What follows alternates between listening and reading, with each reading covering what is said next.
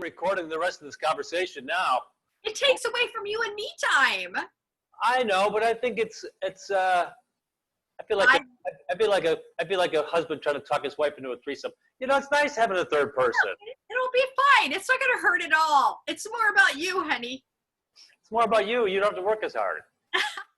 Or twice as hard, right? So, yeah. Yes, I'm Melinda McKinsey. And I'm Tom Wise, the newly, freshly mic'd. If it's good enough for home shopping, it's good enough for let's unpack some shit. That's right. I should probably practice with my mic. I haven't done that. I think I'm super loud, though, so. I think this is good volume. I don't know. You tell me. Yeah, we're going to find out. So what kind of shit do you want to unpack? Okay, I've been a little bit lazy, and I've been just using the topics that we haven't gotten to in the past. That's not lazy. I get that. Yeah. Short Money, Flowers, 6 Decisions, and Princess Bride. Oh, yeah. I do remember those. Okay, so here are mine from my old-timey notepad that I write on.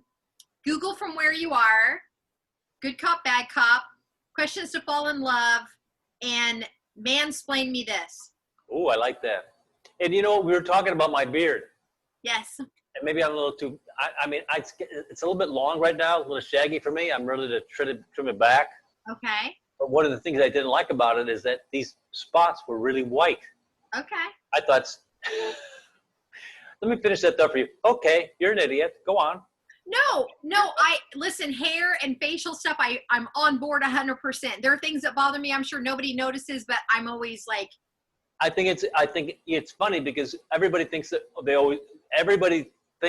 I've got good days and bad days or whatever, but most of the world doesn't even give a crap. No. Good day, bad day. They got you figured out for one thing, and that's how it's going to be. Yes. Are you kidding me? I'm 2 pounds lighter. I was 3 pounds heavier this morning. What? I'm just saying, nobody cares. Yeah. Nobody cares. Unless you explode. Unless you change your hair, like, you know, force people to care. I'm changing my hair to something crazy like purple. Oh. Like this? I meant blonde. So I just put this little hair dye in for a second. Yeah. Literally 15 seconds. It was all brown. I go, oh no, that's too much. Showered it off, but it kind of knocked down the white a little bit to gray. Why did you get brown? Isn't there kind specifically for the gray? Yeah, well, it said black, and it said black on the carton, but when I put it in, it looked brown. Well, it does that. I mean, I don't know what's going on. But like before we went on air, what we said was, if it makes you happy, then that's all that matters, because that's what self-care is all about.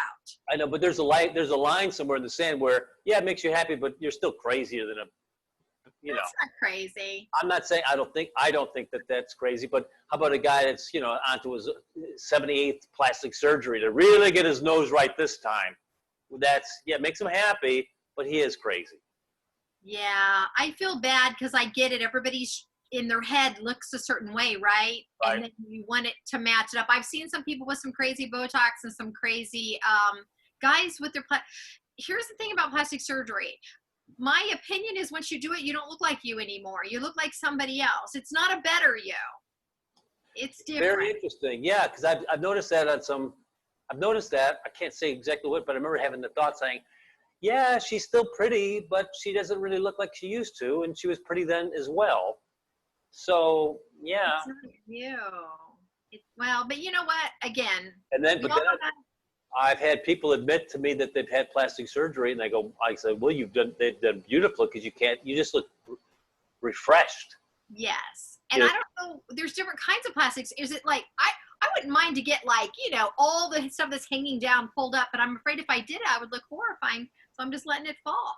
So what about temporary? Now, what's the difference between getting your teeth fixed or getting brand new dentures? I mean, you're still changing your image. One is you're modifying your natural teeth. The other is you're just replacing your teeth. Yeah, and I think are those equal? Well, I mean, I've not had plastic surgery, so I guess it's not fair for me to speak to it because I don't know. And I feel like if you go to that level of plastic surgery, then you've had some unhappy feelings about the way you look, which we all get that. Who hasn't been unhappy with the way they look at some point or another? Right. And if they feel like that's going to make them happy, then, more power to them. For me, I've never had a surgery in my life. Have you ever had a surgery? Okay.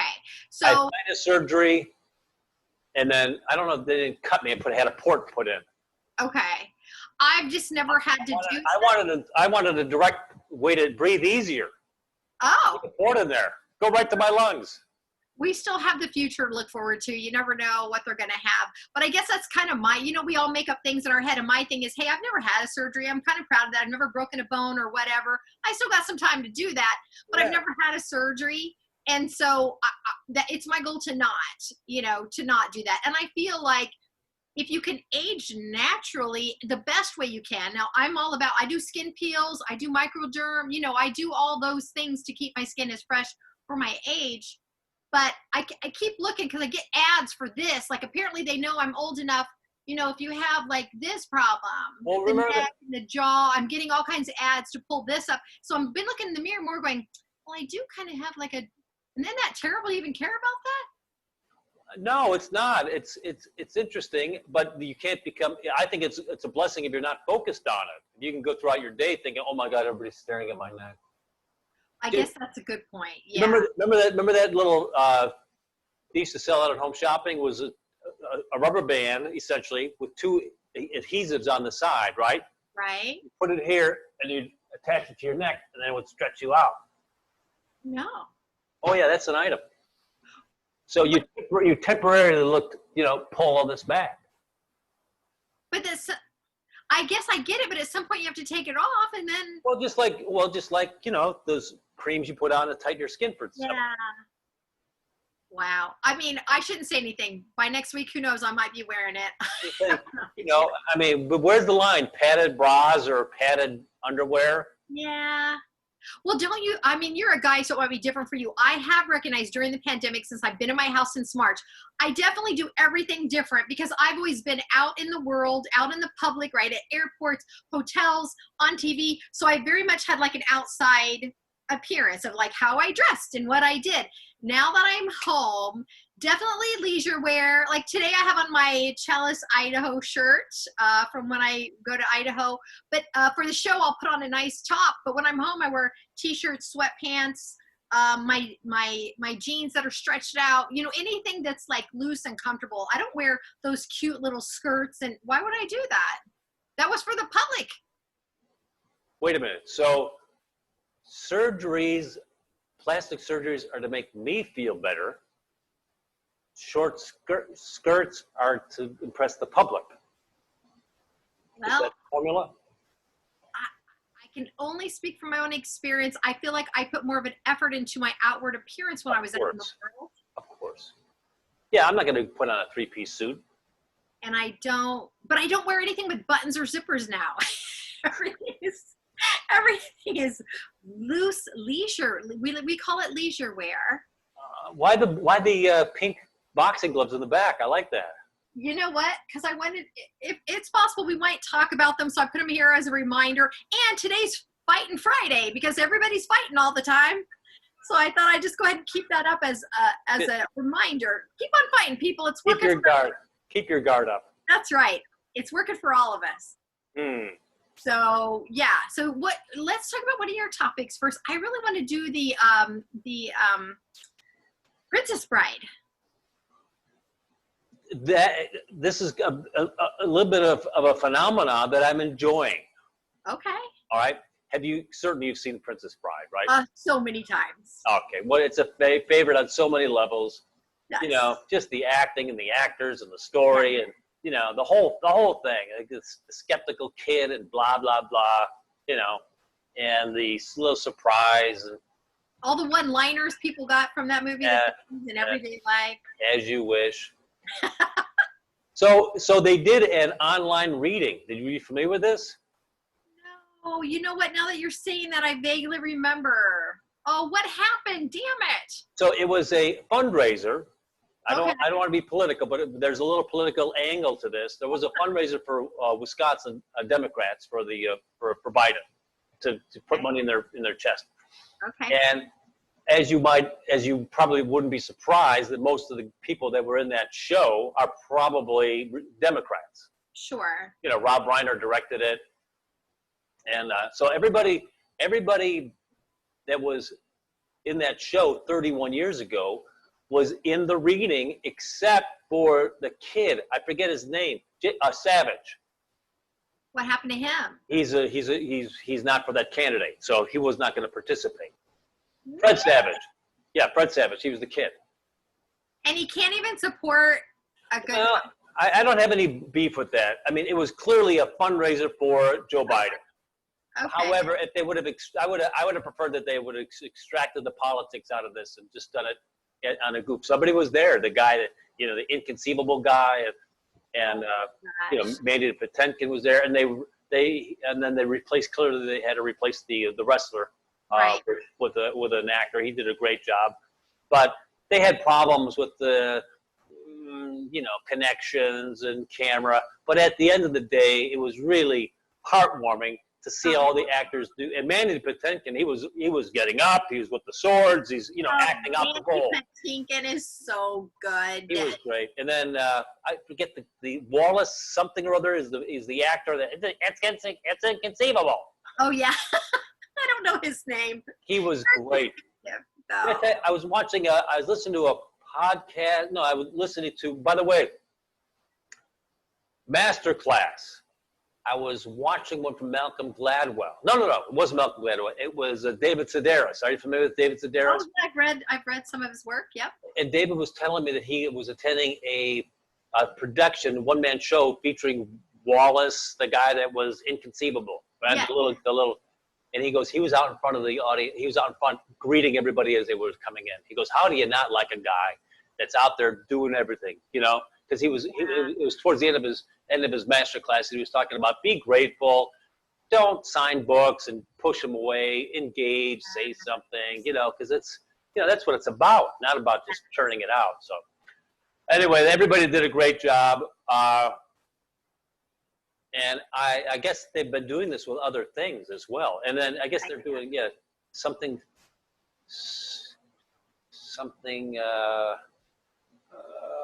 Ridgemont High. There was a new movie, classic movie. 30 Rock did some kind of. Good Times at Ridgemont High. Oh, Fast Times at Ridgemont. Fast Times. Yeah, they're redoing it, but they're doing it with all modern popular actors. Okay. Brad Pitt and the That like. was such a racy. I remember seeing that in the theater, and that was quite racy. And in our day, that was stuff you didn't normally see. Now it's everywhere. But I mean, that was just stuff you did not see. Right. Like actually showing that a guy was jerking off in the bathroom, and then the girl's boobs. What is going on? Yeah, baby. Whoa. It was like R-rated though, right? It was R-rated. It was, but I still think for our day that was more than what we normally saw in films, even the R-rated films. I mean, it's loosened a lot. So did they raise the money they wanted to raise for their fundraiser? I did a ballpark. There was like 70,000 people in watching, and they were asking for an average donation was $27. You do some rough math, we're close to $2 million, and they were very happy about that. See, $27 is not a lot. Matt, I thought for sure you changed the background. Yeah, come on, Davis. Bring something else to the table. We don't want your old ass shit coming up all the time. You already got notes for that. Oh, there you go. Oh my gosh. What? Now I got people calling me. There we go. All right. Is that better? Yeah, get rid of Jared. Do you have anything else? What? I think we all know that things did not go well for that man. That's right. What do you got going on, Al Franken? What? I like Al Franken. What is this setup? Are these things you downloaded yourself? Yes. Okay, just checking. Here's the party I had at the house last night. Is that one of those find the things? Don't you have some sort of What-A-Light or some sort of carry card background we can plug something? Al Scuddy. Hey, Al. Alan Jr. All right, that's too inside. No, we're gonna. That's right. That's right. We're going back to this. Here we go. What's your microphone setup? What are you using? What am I using? I'm using the microphone on my laptop. All right. So. All right, hold on. One more. All right, there we go. Here, that's the one we want. That's it. That's a winner. How are you guys doing? Super. You're a little bit loud. Is Matt allowed you Melinda, or is he fine? Am I loud? I'm always loud. It might be a tidge. A tidge. I don't know if you can turn it down. Anyway, Davis is here to do the highly demanded, highly anticipated, highly contrived movie trivia quiz.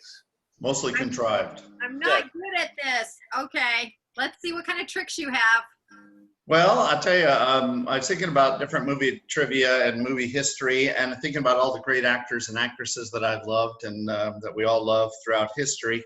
And I was wondering, in movie history, considering all the men, all the women that have been actors and actresses, I guess the correct term is actor now for everybody, which actor has won the most Oscars for Best Actor? Wow. Which actor or actress has won the most Oscars for Best Actor? Not. Can we make a guess before you even give it offer 3? I actually have 4 to offer you this time. Melinda, you want to guess anybody? Well, I haven't had time to think. My first thought was Meryl Streep. I was thinking Meryl Streep too. She is on the list. Matter of fact, we'll make her A. We'll say A, Meryl Streep. Okay. One of the greatest actors of all time. Uh-huh. B, we'll go way back, Marlon Brando. Brando, all right. Brando, classic, right? C, Katharine Hepburn. Katharine You old Hepburn. poop. You old poop. And D, probably my favorite, if I had to pick one actor in the entire universe, I would probably pick this guy, Daniel Day-Lewis, I think is. Wow, DDL. Yep. So you have Meryl Streep. I feel like I'm in the. Meryl Streep, Marlon Brando, Katharine Hepburn, or Daniel Day-Lewis has the most actors for best actor. Man, Daniel Day-Lewis, I know, is up there. He wins all the time, but he's been out of the market for a while. He's awesome. He's really amazing. He really is amazing. Lincoln's one of my favorite movies of all time when he portrayed Lincoln. Don't you think when Daniel Day-Lewis is in a film, you forget that it's Daniel Day-Lewis? Mm-hmm. Yep. There will be blood. The other one. My left foot. No, my straw goes over and it sucks. Drinks your milkshake. Remember that? That's There Will Be Blood. Is it? Is it? Okay. It's about oil. That's exactly right. Yes, There Will Be Blood. And he was great in Lincoln, and he was also in My Left Foot, was a big movie of his as well. Yes. All right, so we're talking about Best Actor Award. Oscars, correct. Melinda, you want to go first? You want to break them down?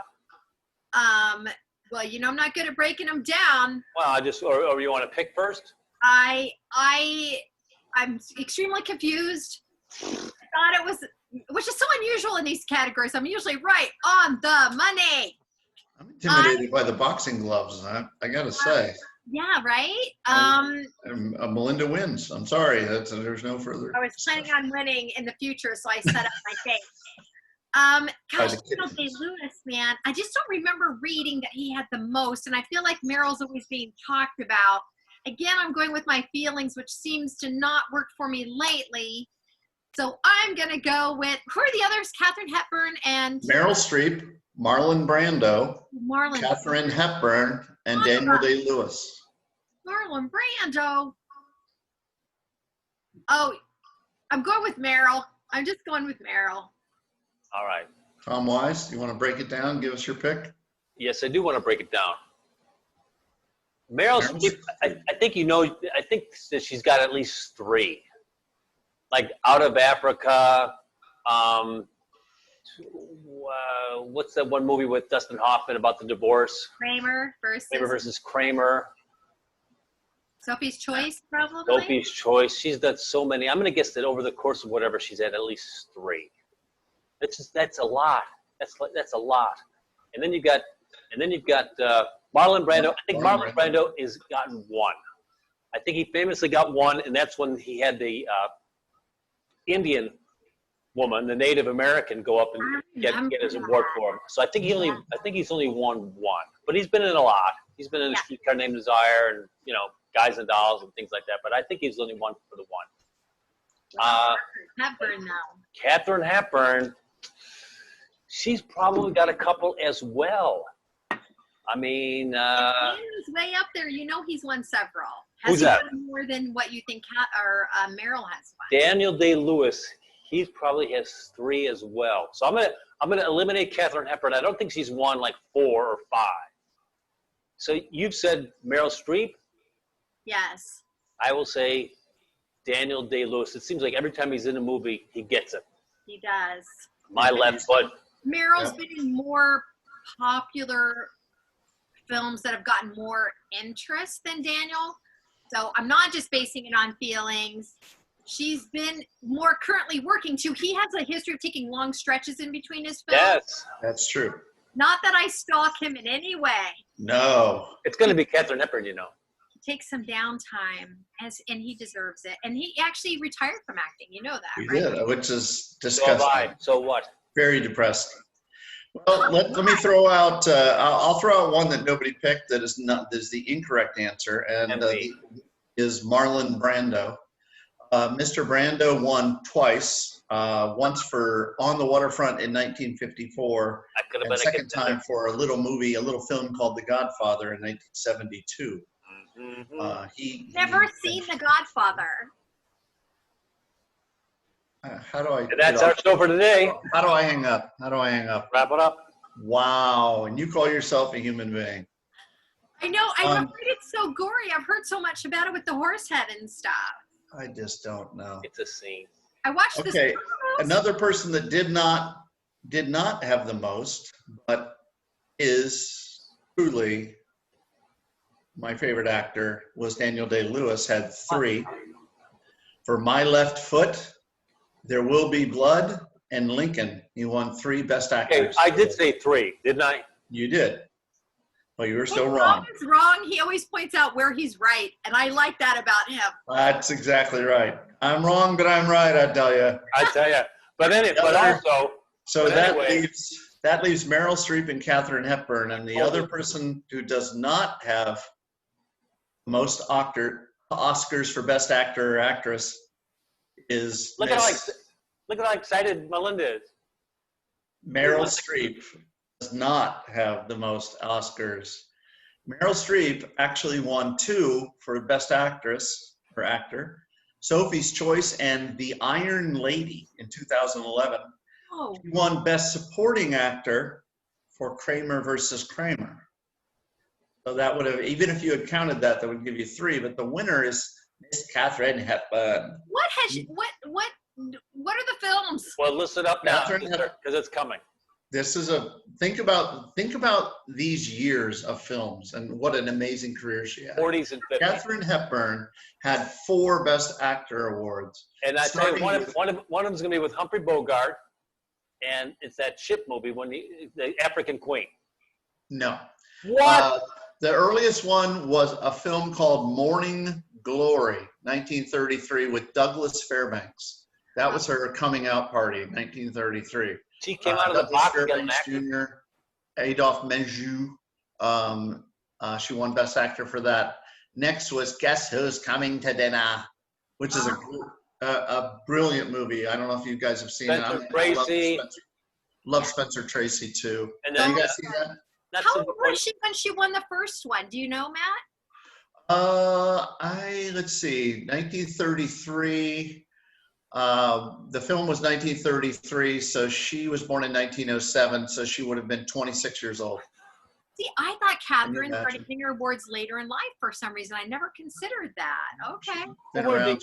She was a real beauty too, by the way. Who were the other actors in Guess Who's Coming to Dinner? Spencer Guess Who's Tracy. coming to Dinner? Spencer Tracy, Sidney Poitier, And Margaret? Catherine Houghton. Oh. But Sidney Poitier and Spencer Tracy were brilliant in that. If you haven't seen that movie, you have to see that movie. Watching again. That's a good one. Great movie, 1967. Her third Oscar came from The Lion in the Winter, 1968, which I don't know that I've seen that. It's a British historical drama about Henry II and his wife, Eleanor of Aquitaine. I don't know that I know that film. No. But her last one was, I think we talked about this last time, On Golden Pond. Yep. Look how he tied that in together to the last It's one. a lifetime achievement We should award. have figured out And- that trick. That was a That's trick. right. That was a clue. Henry Fonda, Dabney Coleman, and a young lady named Jane Fonda. My wife reminded me that Jane Fonda was also in On Golden Pond. Yeah, she was the major actor in that. It was a big She deal. was. She was. And She reminded you. so that's it.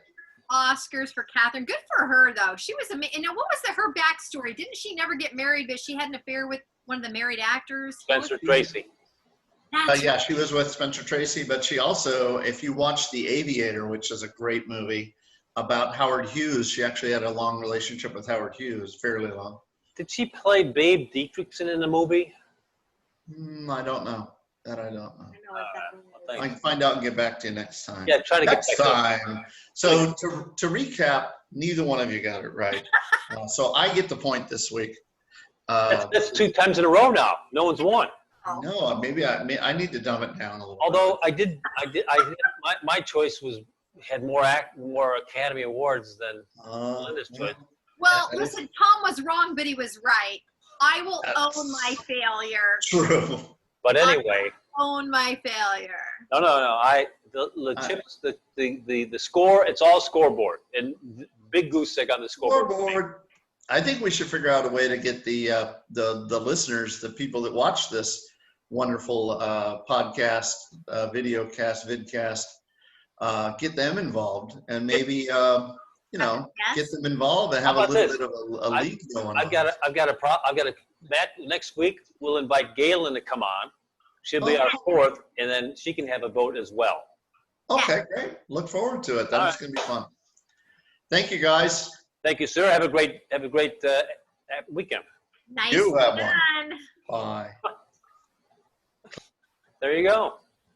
Katharine Hepburn, Who'd have thunk? And not African Queen. not African Queen. That was great.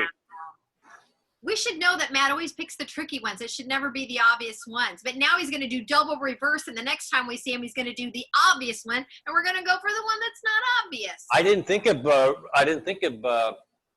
Godfather. Man, I should probably watch that. It's a series or a bunch of films. What is it? You want to watch the first one for sure, and then I think like the second or third one. There's one of them that's really, Okay. and then there's one of the other two is good. But the People first are one's always better. quoting the Godfather movies, and I'm like, I don't know Yeah. what you're talking about. Those people are getting older and older. All right, so we did My Princess Bride. What's your list? Yes. Okay. So either Google from where you are, good cop, bad cop, questions to fall in love, or mansplain me this. Let's do Mansplain Me This. I knew you'd fall for that one. Wow. So mansplaining, as we all, there you go. My version might be different than yours, but to me, and what I believe to be true is mansplaining is a man will give his version of what the situation is, whether he has participated or had any experience whatsoever. Let me tell you all about menstrual cramps. Yes. So something happened to me this morning that I wanted to, I often ask your advice, like, oh, what do you think about this? Like, what do you, like when the guy told me how to park my car. So here's what happened this morning. I take my little Chihuahua across the street. We have a beautiful long walking path. There's a lovely cemetery. So I go down there and walk her because it's peaceful, right? So I'm out. It's a cold day. I've got this on. I've got my jeans on. I have my mask in my hand because there's no people around. And I'm walking Reagan, and a car comes around the corner. And it's a young guy, and he goes, oh, poochie, poochie, so it's funny. He's talking to you. Well, I thought he was talking to the dog. And so I look and I laugh because I'm bending down and putting the dog down. And I look up, and now this is New York, and I will say, I'll give you a backstory in a minute. He goes, give me your number. Like this young guy, I don't know, 20s, 30s. And so I laugh because, you're funny, right? And he goes, hey, he's stinging. He stopped his car in the road. I want your number. And I said, no, I can't. And I picked up the dog and I started to go the other way. So he pulls over and parks and leans out and goes, I really want your number. So like any brave, strong woman would do, I said, thank you for asking. And I walked away like a fucking idiot because I was so thrown. Why did I think this guy? I just was so surprised and put off, but here's what happened. So he's parked. I'm not far from my house. So I go to walk the other corner because I don't want him to see me walking into my house. You don't know this as a man, but I don't know if he's crazy. Of course not. So I have to walk around the block. I come back, he's still sitting there. So I have to walk around for a while until he moves his car so I can go home again. So you mansplain me why men think that works. It happens. I've been walking twice in New York, walking by myself, and men have walked up to me and said, I want your number. Give me your phone. One guy grabbed my phone and said, I'm like, what the fuck is wrong with you? Does this work? It's insane. You know, I think there's always a level. At some level, it's flattering. Is Right? it? I'm not saying it really is. Okay. It isn't like, oh, well, this maniac decided to ask me for my number. I must have some appeal to at least this particular type of mania. Oh, I was the vagina on the sidewalk. I wasn't like. You think he would have pulled over to some, 85-year-old woman and say, hey, give me your number? Probably not. Okay. So I'm not trying to make it a complimentary situation, Yeah. but he like, if somebody said to me, hey, I'd like your number, it's like, regardless of who it was, at least they're expressing an interest in what they've seen. Right. So I'm not saying it is flattering, but there's an element of it that you've been selected. Well, here's a murderer who selected me. There's a little bit of a, the old elevator pitch going on, where the guy says, he's talking to his buddy, and he's like, the old, if you ask any woman that comes on the elevator, let's have sex. And he's telling his buddy that, he's not, he goes, well, yeah, I bet you get slapped in the face a lot. And he goes, yes, I do. But I have sex as well. Yes. So You throw just shit on the wall and you see what sticks. So it's just a matter of how many shitty things how many people are you willing to upset by asking them for sex in a closed elevator? If you've got no conscience about making people upset, Yeah. or making people concerned about their safety, then I guess you can just go ahead and just do that unlimited until you hit the 1 out of 1,000 woman that's interested in that type of arrangement. Yeah. So he's taking no risk. He's throwing out a little bit of a sense of danger. Here's a man that now kind of knows where you live, and you've already rejected him, and he's pulling his car over. He's a screwball. He's nuts, but he's thinking that his aggressive behavior will be rewarded in some fashion. Right. And maybe it's been successful. I think it's low odds. But if he's got nothing better to do, and he's throwing shit against the wall. I wonder if the younger girls are more open to that kind of aggression. I don't really know. Or maybe if you were, in a space where you were unsure about yourself, and if some random man says, I want your number, then it gives you a sense of, oh, I'm special. Okay. What if he's driving a $120,000 car? It has something to do with his behavior, though. I understand that, but people will modify their evaluation depending upon rich, not rich. When I was in my 20s, I was going to an audition at the studios, and older guy, was driving a Rolls Royce, and he slowed down. I was very young in my 20s, and he said, hey, I want to make you a model. Now, even in my 20s, I recognized that probably wasn't the route you took to be a model, but he had a Rolls Royce. And I'm not saying I was impressed by it. I was actually very intimidated, because my impression at age 20, 21 was a guy that owns a Rolls Royce has a certain amount of power, and I'm alone with him on this studio lot. I'm intimidated. I don't feel great about it. I feel intimidated by it. Now, the thing that happened today, it was okay the first time it happened when he's like, I want your number. Cause I was like, ha ha, funny. Right. He can flatter you and he drives off and it's like, well, that was kind of a fun little exchange. Yes.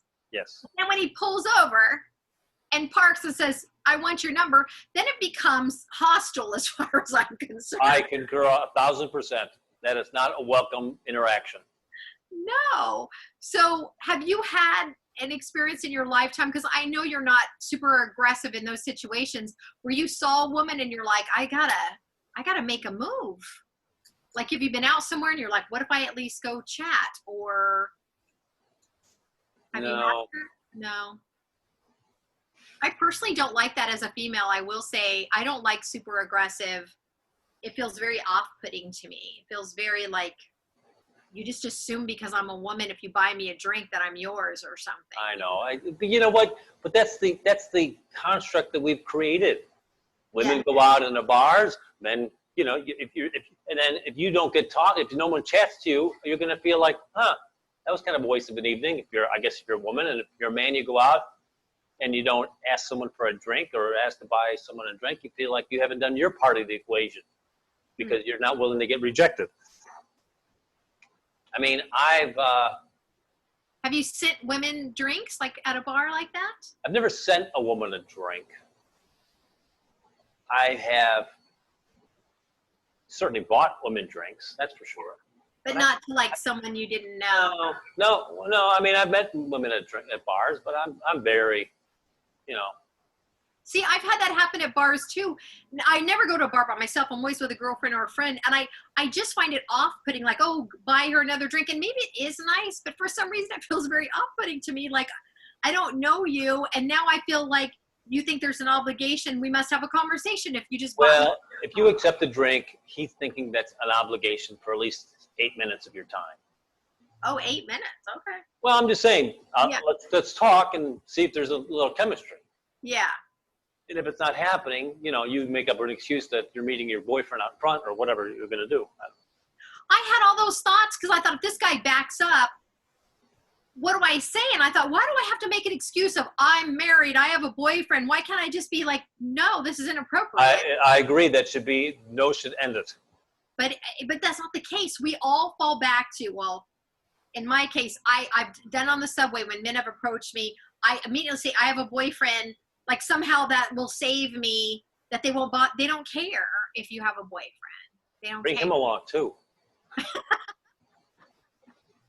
So I appreciate your mansplaining, because I felt the same way, was like, that's really. And let me just tell you, and most men are not down with that behavior from their fellow men. It's like, really, you're ruining it for everybody by being an a-hole.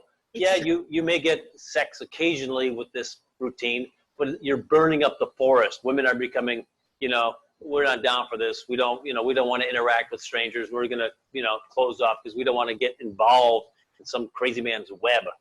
Right. Because again, I know we've talked about this, but when you go on dates, men are afraid that the woman that they've never met before will be too fat. Women are afraid the men they never met before will murder them.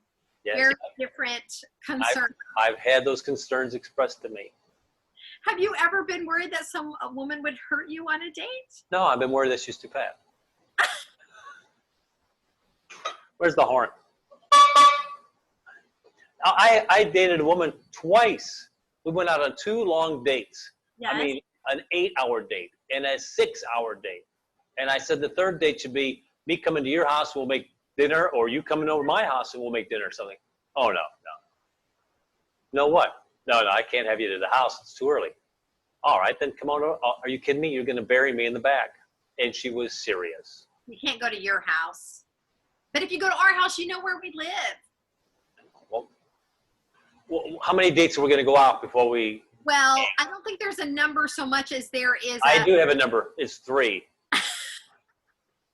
I've settled that.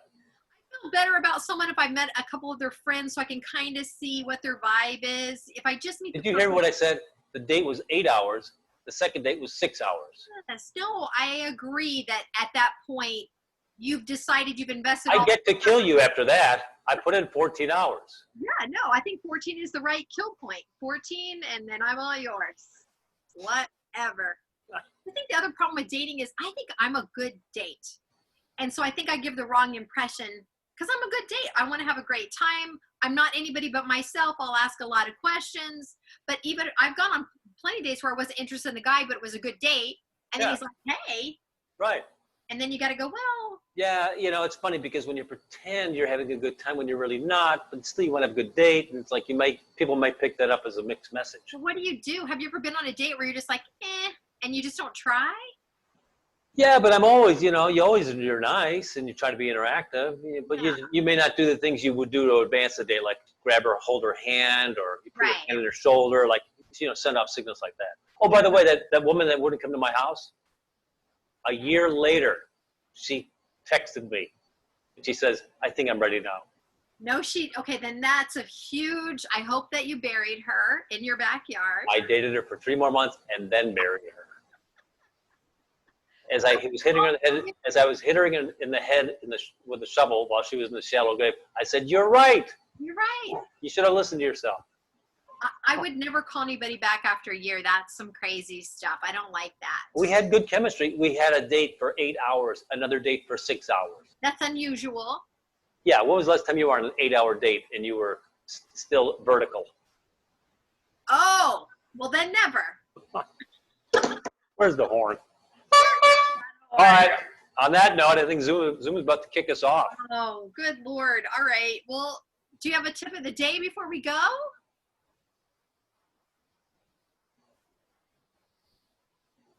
You always have tips. You always have very good ideas about things. Tip of the day. Tip of the day.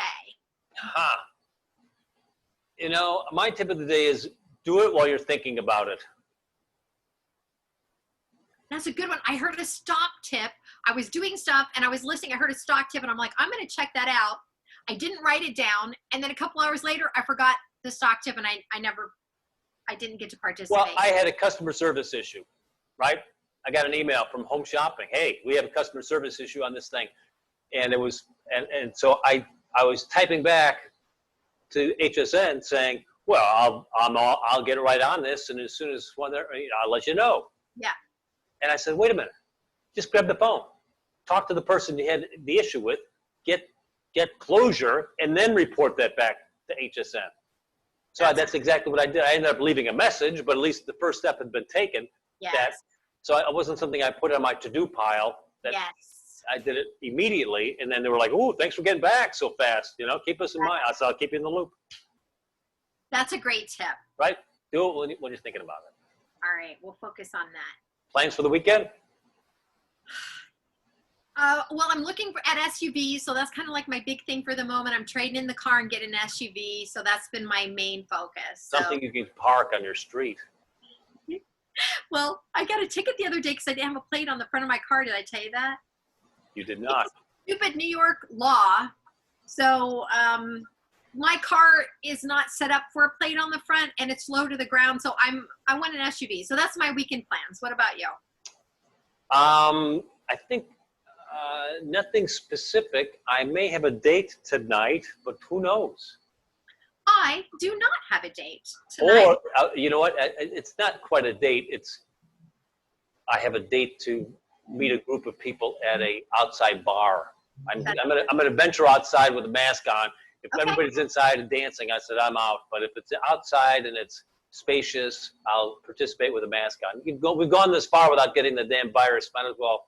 No, you Florida people, very progressive. We're still here in New York, very scared. We're gonna next week open to 25% occupancy on indoor dining. That's our big step. Wow. We could lead schools again.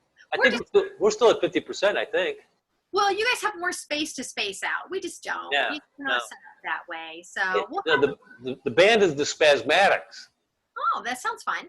They do. It's very interesting. They're choreographed and they're also a franchise. There's like 70s Spasmatics bands across the country. Smart. And they specialize in 70s and 80s music, all dance, uptune, horn. Oh my gosh, that's so smart. It's hilarious. And these guys are like, maybe 30, and they're pretending to be, and it's like they do choreographed dance moves, and it's all set. It's a lot. Oh my gosh, that sounds like so much fun. I'm so jealous. Spasmatics. All right. Okay. So thanks for unpacking some shit with us. I'm Melinda McKinsey. I'm Tom Wise. See ya. Have a great weekend. See you on Monday. And we're out.